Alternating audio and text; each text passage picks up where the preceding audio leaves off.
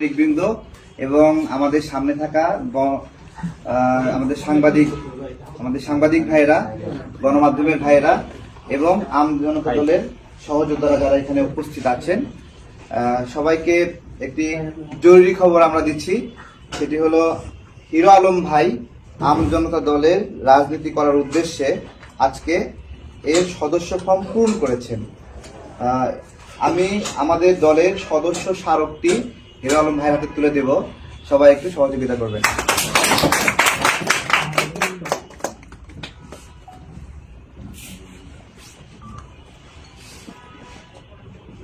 ওকে জি, অনেক ধন্যবাদ।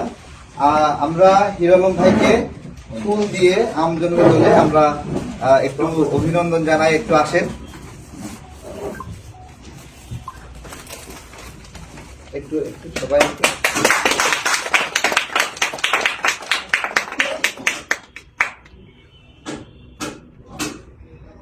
অনেক ধন্যবাদ।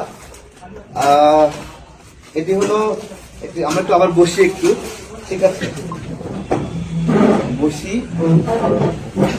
এটা হলো প্রথম খবর যে আমাদের হিরো আলম ভাই আম জনতা দলের সদস্য হয়েছেন।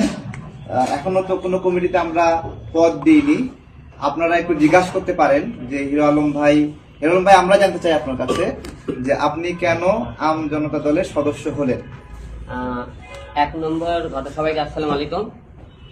এক নম্বর ঘটনা, তারেক ভাই আর আমার বাসা বগুড়া, আমরা দেশি ভাই, দেশের উপর দেশের অল্প একটা টান থাকে। দুই নম্বর মনে করেন নামটা যেহেতু আপনারা শুনেছেন আম জনতার দল, আমরা সবাই বেশিরভাগই আমাকে রংপুরে উত্তরবঙ্গের লোক বেশিরভাগই আপনার মফিজ বলে আর কি বলেন আম জনতা বলে। আমরা এই আম জনতার মধ্যে থাকতে চাই, জনতার মাঝে থাকতে চাই, সেই সবকিছু মিলে। আর তারেক ভাইয়ের মনে করেন যে কথাবার্তা, যে সাহসিকতা পরিচয়, সবকিছু মিলে বগুড়ার ভাই যেহেতু, সেই হিসেবে আমারও মনে করেন আপনি জানেন অন্য দেখলে আমি এইরকম সত্যি করতে পারেন, সবকিছু কথা বলতে পারেন। এই ধরনের তারেক ভাইয়ের সাথে সবকিছু মিলে ভালো লেগেছে বলেই আম জনতা দলে তারেক ভাইয়ের সাথে দিচ্ছি। হিরো আলম ভাই আম জনতা দলে যুক্ত হয়েছেন। আরেকটি বিষয় আমাদের বলা বাকি আছে, আমরা সেই বিষয়ে কথা বলবো আজকে।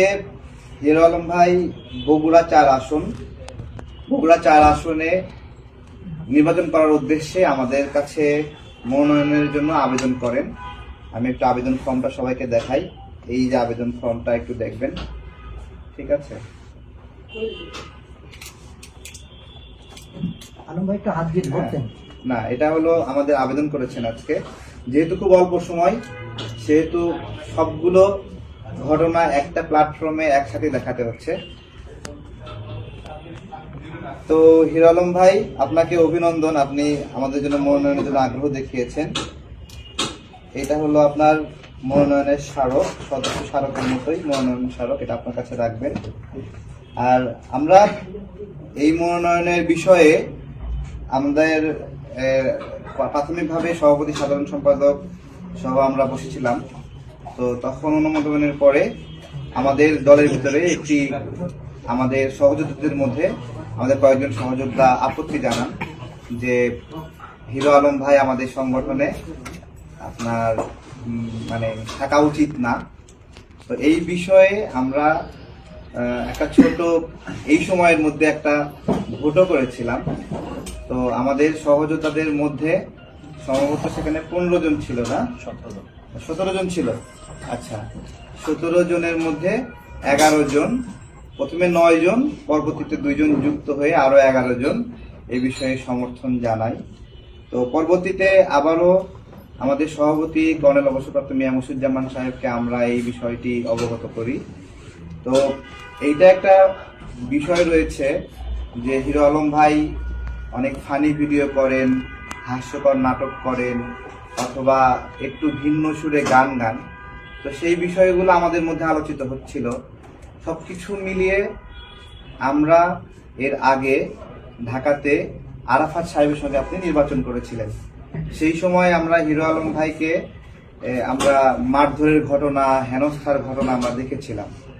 তো একটা নির্বিঘ্নে চুরির ভোট যখন করতে যাচ্ছিল, তখন তো সবাই আমরা বলি যে চুরি হচ্ছে, আর আওয়ামী লীগও বলছিল যে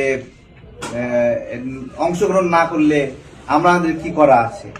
তো সেই জায়গায় শুধুমাত্র হিরো আলম ভাই অংশগ্রহণ করাতে এটা একটা দৃষ্টান্ত স্থাপন হলো যে আমরা অংশগ্রহণ করলেই সেই নির্বাচনটা সুস্থ হতো, বিষয়টা এরকম না। কারণ নির্বাচন আয়োজক যারা, তারা সেই জায়গা থেকে আপনার কতটুকু ম্যানিপুলেট করতেছে সেটা আমরা দেখছিলাম। সুতরাং সে জায়গায় হিরো আলম ভাই হয়ে ওঠে ভোট চুরি হচ্ছে কিনা সেই বিষয়ে একটা মানদণ্ড এবং আদর্শ, যে তিনি চোখে আঙ্গুল দিয়ে দেখিয়ে দেন ভোট চুরি হচ্ছে।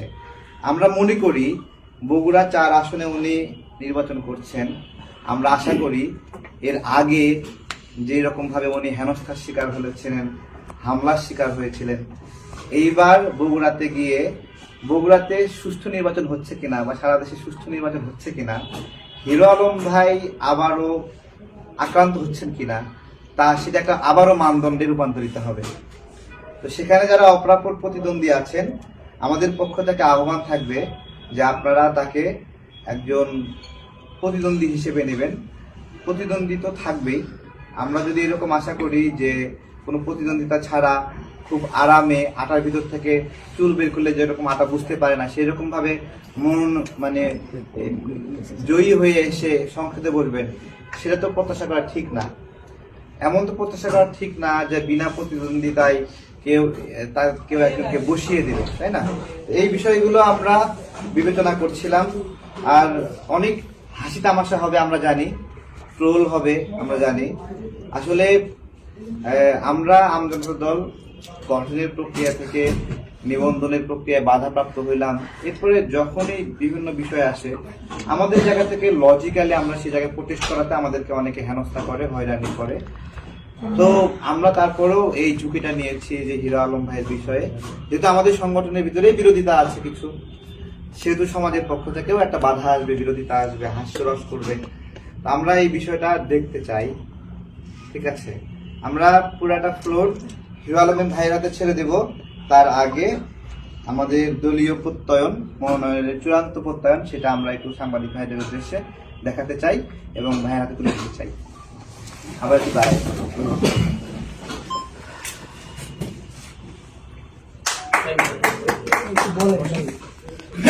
অনেক ধন্যবাদ। আমি